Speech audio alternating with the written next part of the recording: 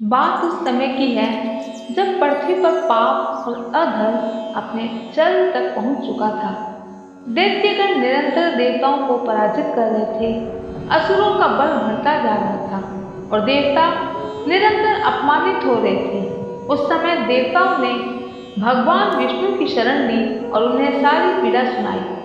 भगवान विष्णु ने गंभीरता से सब कुछ सुना और कहा, समस्याओं का समाधान है, परंतु पहले हमें समुद्र मंथन करना होगा।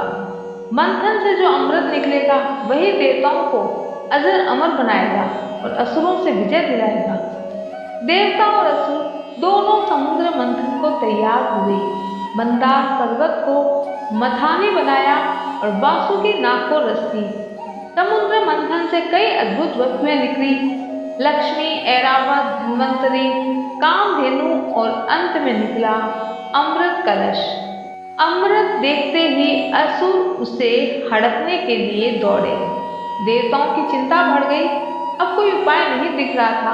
तब भगवान विष्णु ने निर्णय लिया कि वे मोहिनी का रूप धारण करेंगे। जैसे ही भगवान ने मोहिनी रूप धारण किया, समस्त दिशाएं शांत हो गई। एक दिव्य आभा चारों ओर फैल गई। मोहिनी के सौंदर्य की कोई सीमा नहीं थी।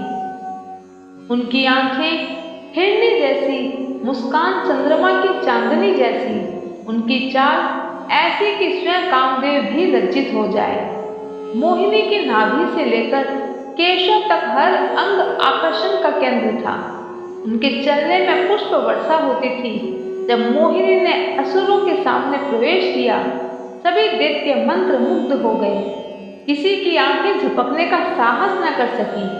देवताओं ने देखा, मोहिनी ने सभी दैत्यों को मोह पाश में बांध लिया है। अब मोहिनी ने कुशलता से अमृत देवताओं को दे दिया। असुरों को तब पता चला जब बहुत देर हो चुकी थी। समस्त चराचर के स्वामी भगवान शंकर को जब यह समाचार मिला कि हरि ने एक अद्वितीय रूप धारण किया है, तो वे इसे देखने को अत्यंत उत्सुक हो गए। कैलाश छोड़कर वे स्वयं वैकुंठ गए और भगवान विष्णु से विनती की, हे हरि, मैं तुम्हारे उस मोहिनी स्वरूप को देखना चाहता हूँ। क्या तुम मुझे वह रूप दिखा सकते हो? भगवान विष्णु ने मुस्कुराते हुए कहा, हे प्रभु, आप स्वयं महायोगी हैं। आप पर माया का क्या प्रभाव होगा? भगवान शिव मुस्कुराते हुए बोले, मैं माया का स्वामी हूँ, किंतु मैं देखना चाहता हूँ तुम्हारा मोहिनी रूप कैसा है।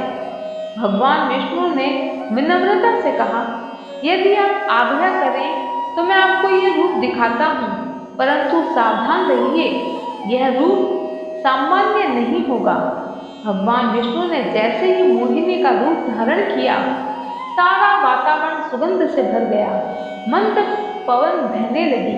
चारों ओर मृदंग और वीणा की ध्वनि गूंजने लगी। मोहिनी रूप में विष्णु इतने मनोहर लग रहे थे कि स्वयं प्रकृति भी ठहर गई। मोहिनी ने लज्जा भाव से अपनी कोमल दृष्टि से भगवान शिव की ओर देखा। यह दृष्टि मात्र एक क्षण की थी, परंतु उसी पल भगवान शिव पर मोहिनी का प्रभाव पड़ गया। शिव की दृष्टि मोहिनी पर टिक गई। वे मंत्र मुग्ध हो गए। उनके हृदय में एक अजीब सी हलचल हो उठी। मोहिनी इधर उधर घूमी, कभी मंद मंद मुस्कान के साथ तो कभी मयूर चाल से चलती, और भोलेनाथ उनके पीछे पीछे दौड़ने लगे। महायोगी शिव, जिनकी तपस्या से ब्रह्मांड कंपित हो जाता था, वे मोहिनी के सौंदर्य में इतने मोहित हो गए कि मोहिनी की लीला का हिस्सा बन गए। देवताओं ने यह अद्भुत दृश्य देखा और चकित रह गए। उन्हें यह भी ज्ञात था कि यह कोई साधारण घटना नहीं, इस संसर्ग से कुछ विशेष प्रकट होने वाला है।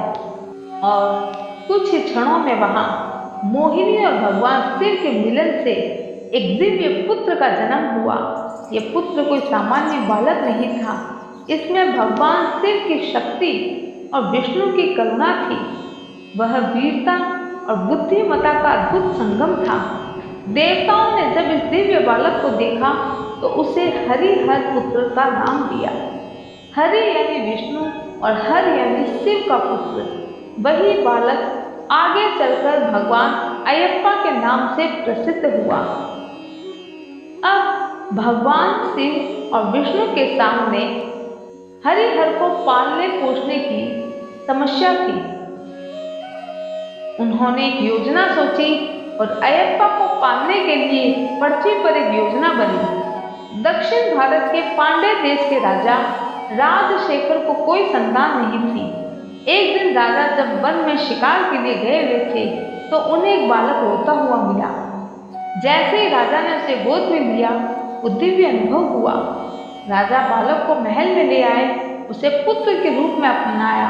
उसका नाम रखा गया मणिकंठन, क्योंकि उसके गले में एक दिव्य मणि थी।